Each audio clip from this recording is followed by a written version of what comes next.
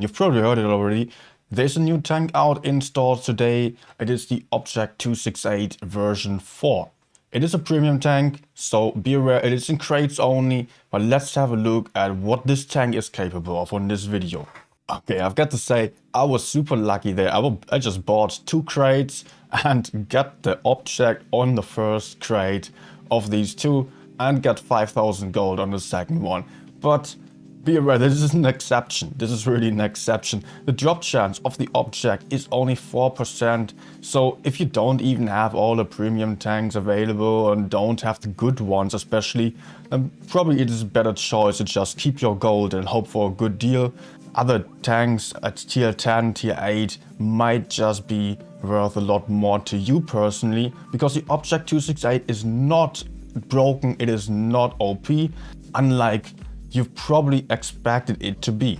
I guess most of you have already seen some screenshots of this tank's armor profile, which seem to be pretty OP. Like, the whole armor seems to be red from the front. Only the cupola can be penetrated with AP or standard AP. Otherwise, you would have to go for the Pramo, and even then it is very tricky to penetrate this tank frontally. And you can just find these small weak spots right next to the track wheels in the front area. High penetration tanks can penetrate the lower plate and also the superstructure. For example, TDs are able to do that. Otherwise, you would have to hope for the Object 268 to just slightly angle. And then the superstructure on the sides, these angle plates on the sides, can easily be penetrated. So I've played the 268 V4 for a couple of games already. I will go for further testing on a stream later on, but I noticed that I just get penetrated a lot more often than I thought. So even though the armor seems to be so strong, all these high penetration tanks, or even if you're slightly angled, standard tanks will be able to penetrate you. And the object is a rather slow tank, so just be aware of that. So enemies are able to get to your sides, they are able to circle you, and that's also absolutely what you have to do if you're facing this one. So just get to the sides, try to track this tank, flank around, but be aware there is space armor on the side. That is the next issue of facing this tank. The space armor on the sides is also quite bouncy, so not really you would bounce the sides even, but yeah, it is not broken. It is over average when it comes to the armor profile. But at this point, I guess it's time to just have a closer look at the statistical specifics of this tank when comparing it to other tech tree tanks. And I think the V4 is quite comparable to the Object 268 and the Jag E100. It is something in between when it comes to the alpha, to the mobility, to the armor profile. It does have the slightly angled armor on the sides, like a pike nose basically on the 268. It is the same. Otherwise, it's more of a Jag E100. So I think it is a good comparison to just take these two into consideration here. So I've opened a spreadsheet here to have the tank comparison. If you want to do the tank comparison on your own, Tank Compare is the best way to go. It is a website from the blitzstars.com website. So make sure to check that out if you have not done so yet. So the 268 V4, let's just call it V4, does have relatively good DPM for the amount of alpha that it has. The Jag E100 is still better there, but the Jag is relatively special in that regard. Jag though just does not have a lot of armor, so it is quite tricky to make use of that DPM on the Jag E100, as you cannot really go too aggressive with that tank. The 268 V4, on the other hand, is just a bit more better armored there in that regard, so that it is quite nice that you can just go a bit more frontline with this tank and can just go hull down at times and stuff like that, which the Jag would not be too great at, especially as the Jag is not too mobile.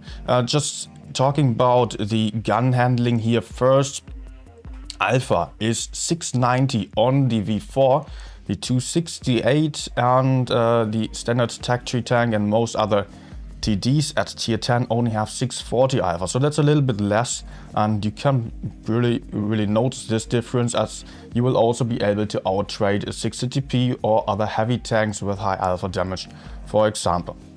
Reload of 14 seconds is still about the same as an E100 has, so you cannot put out 2 shots for 1, but you can still outtrade the tank.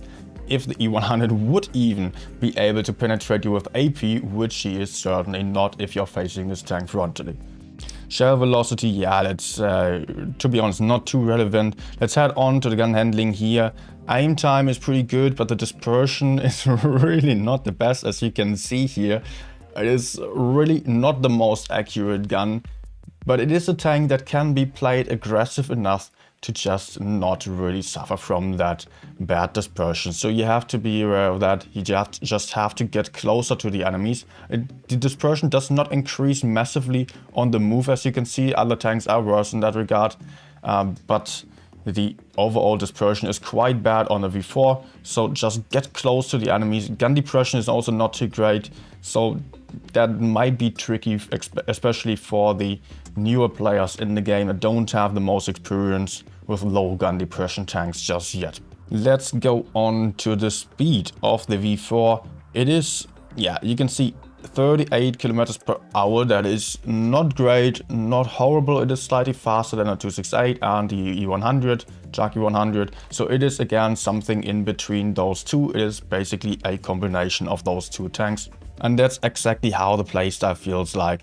You are able to get somewhat aggressive with this tank. The 268 V4 is pretty nice for going aggressive, yet you lack the speed and the dispersion to sometimes move up to the fight and really put out DPM effectively. So that has to be kept in mind, that the 268, the tech tree, in that regard is maybe the better option, as it's just more versatile. You can just put your gun straight to the enemy and just move aggressively towards them. You don't have the same amount of armor, but you are able to get out of the dangerous situations again a little bit easier and still bounce a lot of shots. I still think the 268 does have a slight edge on the V4, although the V4 is probably like a little bit easier to play, as it just allows for more mistakes with the kind of armor that it has, and you will just bounce off a lot of shots that the 268 would not bounce them. JAK E100 on the other hand is just harder to play with the lack of mobility and also, yeah, the lack of good armor. It is supposed to be well armored, but only in side scrape and in some hull down positions. Mostly the JAK E100's armor is not reliable at all, but that's also what the V4 felt like to me on the first 10 games that I played so far. So a final note about the playstyle of this tank: just make sure that you are able to just stay somewhat close to your teammates and don't really isolate yourself too much, because you're too slow to get rid of circling mediums.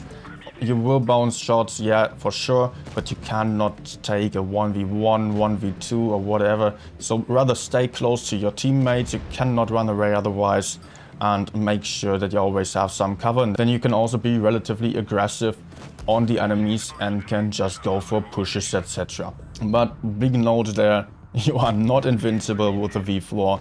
That's what I expected when I got the tank at first. I expected to just bounce off all of the enemy's shots.